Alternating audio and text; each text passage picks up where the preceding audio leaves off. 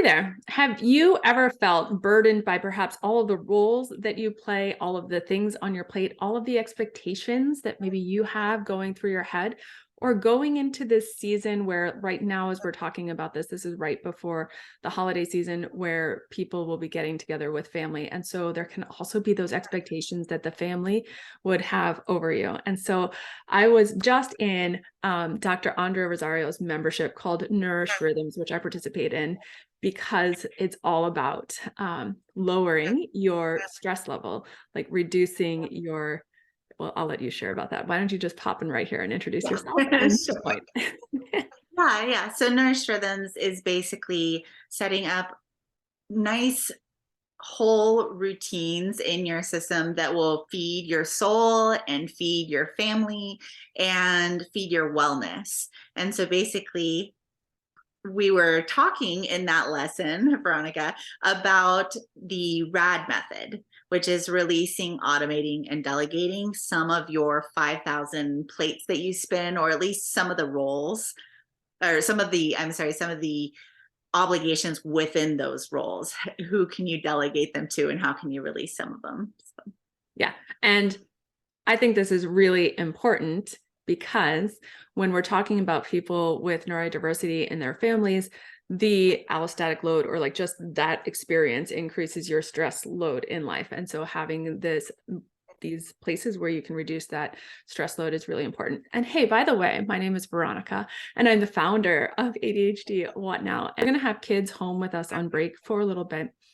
People can start to feel a bit anxious for some of the reasons that we just mentioned. And I would share, there was a time I was online to go pick up my kids from school. This is a few years ago, right before the school break. And I'm picking up the kids. There's another parent in front of me. I made some comment about something like, there's a reason there's that line of mom and dad can hardly wait for school to start again. And the parent in front of me turned around and looked at me like I just said something wrong. Like, because I was having some anxiety about having the kids being home for that break. So there's different experiences in life, but what can we do in this season? We thought we would just share 3 ideas that we brainstormed, Dr. Rosario and I. So do you want to go first with one about expectations? Yeah. So, I mean, anytime you're not on your normal school routine, you're going to be in a routine that's different. And there is going to be, especially with neurodiverse kids, there is going to be reaction to the change of rhythm and routine. And so just kind of releasing the expectation that it's going to be anything close to perfect is the first thing that is releasing of the burden, because you don't want to walk through the next few weeks where they're at home and the end of it be really like disappointed in it. And so just releasing and knowing that there's going to be bumps, because we all thrive off rhythm and routine. And so if you've taken some of that away, it's just gonna it may not turn out perfectly great, and that's totally okay, because there's opportunity for growth in the imperfections. Another thought that we had was along the lines of bringing your kids along with you for a task, like sharing during that time a task with them. Do you want to go into that a little bit more detail? Yeah. So one thing I really like to do on school breaks is get my kids' chore routines upgraded, right? Or started if you've never started one. And that may seem like a burden, but it actually will lift your burden as they become more and more efficient with the chores. And so when you are at home with them, you have the opportunity to teach them while you're doing things how to do them, so that later you don't have to do them. Mm-hmm. That's Right. the And beauty. there's right. And I think there's this idea of competency builds confidence. And so Yeah, often kids with neurodiversity can be lacking in confidence, but even just simple things like feeling more proficient at whatever home task there is can build a sense of accomplishment and confidence that can carry over to other places as well. for sure. I have a kid who is on this. I've got two, but I've got one particular kid who's on the spectrum, and he's 12 and his sister's 7, and those chore charts that they teach you, you know, they should be doing this, those, okay, those are great, but that doesn't apply. So my 7-year-old could do some things way better than my 12-year-old. And so you know, trying to teach them something they're not ready for is one thing, but I also think as a mom of a kid who is you know, on the spectrum, neurodiverse in any way, really, it's so helpful to constantly be trying to push where they're actually at gently, because a lot of times they do lack the self-esteem because they haven't been able to do something in the future, but or in the past, but that doesn't mean they can't do it now. And those like growth periods come in big spurts sometimes, and you don't even realize it. And I know my son particularly, like he's figured out the game of, oh, I can't do that, because he doesn't want to do it. And so it's a nice check-in point to kind of like, let's do this with me. What are you actually capable of? You know, doing a bad Mhm. job is not getting you out of that job. So, Yeah. And thank you again for bringing up that idea that it's not age expectations at all, right? But it's development appropriate for that unique person. Because there is this whole idea of an expectation gap that is the setup for dysregulation when we hold them to either age level, whether appropriate or not. If they know they're not going to be able to do it, that is the setup for dysregulation and the setup for big behaviors, meltdowns, resistance, acting funny, avoidance, like so many different possibilities because they're trying to protect their own nervous systems, right? exactly. Yeah. And it's a fine line, right? Like you're spot on with that for sure. And then you also want to regularly check in so that you can keep them moving towards eventually becoming a functional adult. So it's like it's just one of the lines we walk, you know. But the breaks are a Yes. great time to do that. Letting go and releasing the idea of the perfectioner, that they're going to do the same quality of job you're going to do. That's not going to happen. But over time, modeling it, you know, it'll really take a big burden off of you when they become more efficient, for sure. Which lowers your own stress level, right? Absolutely, which totally affects the entire house. Absolutely. Mm.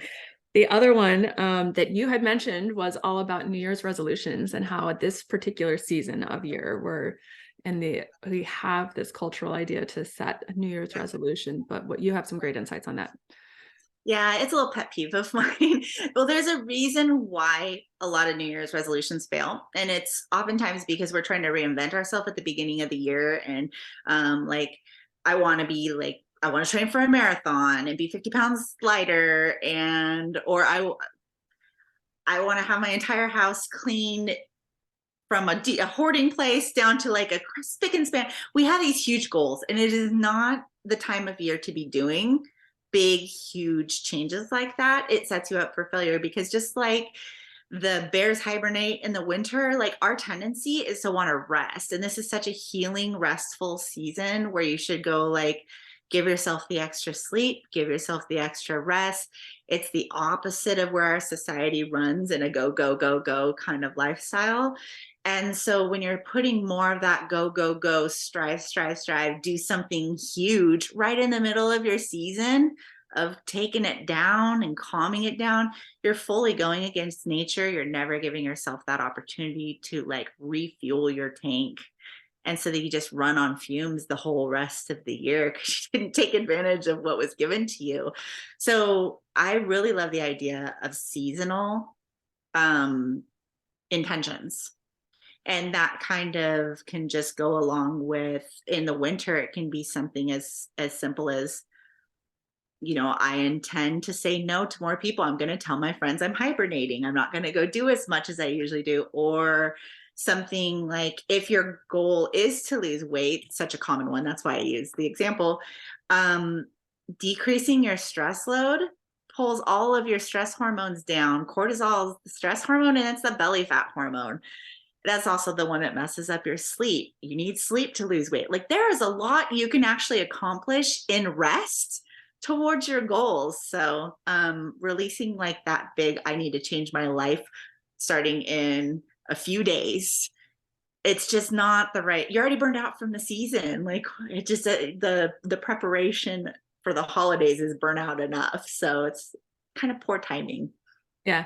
So The last thing I wanted to ask you, Dr. Rosario, because we didn't mention that you are a functional medicine doctor and functional neurologist. And so can you comment then on the physiology, like what happens in the physiology when we release the burdens, that some of the burdens that we just covered? We just talked about just 3 ideas, releasing like the expectations, bringing on or releasing your burden to do everything, right? And bringing perhaps a team alongside of you and taking tiny steps towards that. And the neuro resolution idea, releasing that. So what happens physiologically to us? So much happens physiologically, really. But if you're talking about all of those burdens and all of those expectations, they just add up and add up and add up. And the stress hormones, when it's acute, like it's a right now stress, it shuts down your frontal lobe, which is already a problem for ADD, ADHD kids and a lot of adults too. And then if it's chronic, it starts shutting down your hippocampus, which is where all of your memories are stored and where your hormone regulation can be affected. So, if it's a constant obligation that you're not able to release, like the load of the obligations, then you end up starting affecting that. And then your memory goes and like you have no focus and no executive function because your frontal lobe, and then no memory and no ability to regulate your hormones because of your hippocampus being affected by the stress. So it's a big deal. And that doesn't even touch like the autonomic nervous system with a fight or flight mode and all of the body functions that shuts down, like your deep sleep and your digestion. And it's important to take a look at the roles, the expectations, the responsibilities, and pare it down, especially this time of year. It's like the golden time of year to do that. That's awesome. And when you're speaking, I can see how it just becomes this cycle that reinforces itself, which is why I love your membership that you have with Nourish Rhythms, because it's essentially a method to get out of that cycle or to start or like reversing that cycle.